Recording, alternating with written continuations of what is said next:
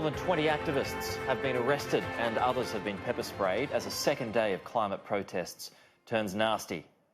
Footage. This is not a police state, we have the right to demonstrate. This is not a police state, we have the right to demonstrate. Footage shows scuffles breaking out outside an international mining conference. Activists are linking arms, blocking access to the convention centre. Protesters taken into custody had been blocking the disabled and wheelchair access to the building. At least one policeman has been injured during an arrest. Patrick Murrell has more. We've seen protesters intermittently scuffling with police outside the Melbourne Convention Centre while inside the International Mining and Resources Conference goes on. There are thousands of delegates from the mining and resources industry expected in here for the next 2 days, but protesters here formed a chain link. They've linked their arms and they're stopping those delegates from getting in. We spoke to one earlier who's from the agriculture sector who says that these protesters are entitled to their right to protest. He just wants to be able to access the conference. Everybody's entitled to their protest. As I said, when I was a student, I protested too. Everybody has their rights to protest. All I want to know is, how do I get into the conference? If you take a look behind me, there is still a very large protester presence here, hundreds of them outside the Melbourne Convention Centre, as well as a very large police presence, not only riot police, but we've also got mounted police before. They were brought in earlier during the worst of the clashes to break up the scuffles between police and protesters. We have seen several of these protesters, climate activists, detained by police. Earlier as well was blocking off Clarendon Street, the street just in front of the Melbourne Convention Centre, causing some headaches for commuters heading into the city this morning. It is expected to continue well into the late morning and through to tomorrow, the final day of the conference. Well, joining us on the line now is one of the protest organisers, Jacob Andrew-Wather. He joins us on the phone. Jacob, how do you justify, first of all, the violence we've seen at 7 o'clock this morning? What violence are you talking about? Are you talking about the violence from the police who have aggressively attacked our protesters who are peacefully protesting? So you say your protesters have done nothing but peaceful protests and there's been no justification for the scuffles? I think the onus is on the police. The police attacked us first. We are peacefully demonstrating a mass blockade. Our aim has always been to shut down this mining conference because it's bringing together some of the worst climate criminals who profit off polluting the earth, of dispossessing Indigenous people from their land and driving Jacob, animal extinction. Are you alleging that the police attacked protesters?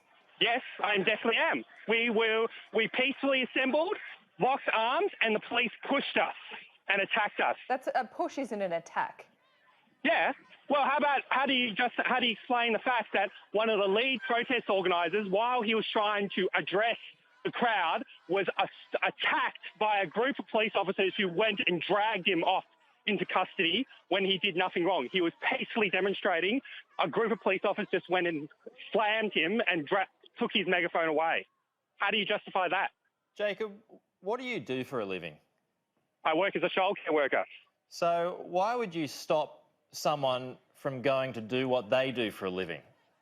Well, because I think the people who are attending this conference need to be made accountable. We're living in a climate crisis. Where companies like Shell, BHP, Rio Tinto, who are attending this conference, are profiting off the pollution of our earth, and nothing is being made to do accountable. So we have no choice but to take matters in our own hands for a mass demonstration like this. How does your own boss feel about you not turning up to work today? Well, I'm a casual worker, so I just simply didn't take any shifts. They're okay with that? Yeah, I have a choice to work or not work. Protesters were asked to move on by police. Why didn't you? Why? The police never asked us to move on. They simply pushed us. How are we meant to respond to that? Especially since we have a right to peacefully demonstrate and we have a right to peacefully organise a mass non-violent protest like this with our aim of shutting down the conference and making these climate criminals accountable. Why do 200 to 300 people have the arrogance to hold a whole city to ransom? Do you think you're going to get supporters by doing this? What city? What do you mean? We're only blockading a mining conference that is really not going to be accessed by most ordinary people. Most ordinary people are not going to be going to this conference. This is not how do this you is not for the Jacob, public good. how do you justify taking all these police resources away? You've promised to do it for hours today and for the next coming days. That's it's the police's problem and the state's problem where they invest their resources in. I think the question should be raised, why this excessive amount of police for a peaceful, non-violent protest? Roads and streets have been blocked off, as I understand. How do you feel about other people being caught up in this, innocent people being caught up in this, people who now can't go to work for themselves, people who now can't go to hospitals or doctor's appointments? How do you feel about all of that? Wait, so has that happened today? Because as far as I know, we've only blocked one street. Yes, and then that causes traffic diversions, and that means that people can't get to where they want to go. Yeah, for like a few minutes of disruption. What about the inconvenience that this climate crisis that we're protesting against is going to cause to most of these people? So when people can't get to, say, cancer appointments, or people can't go to hospitals or places where they need help, you're okay with that?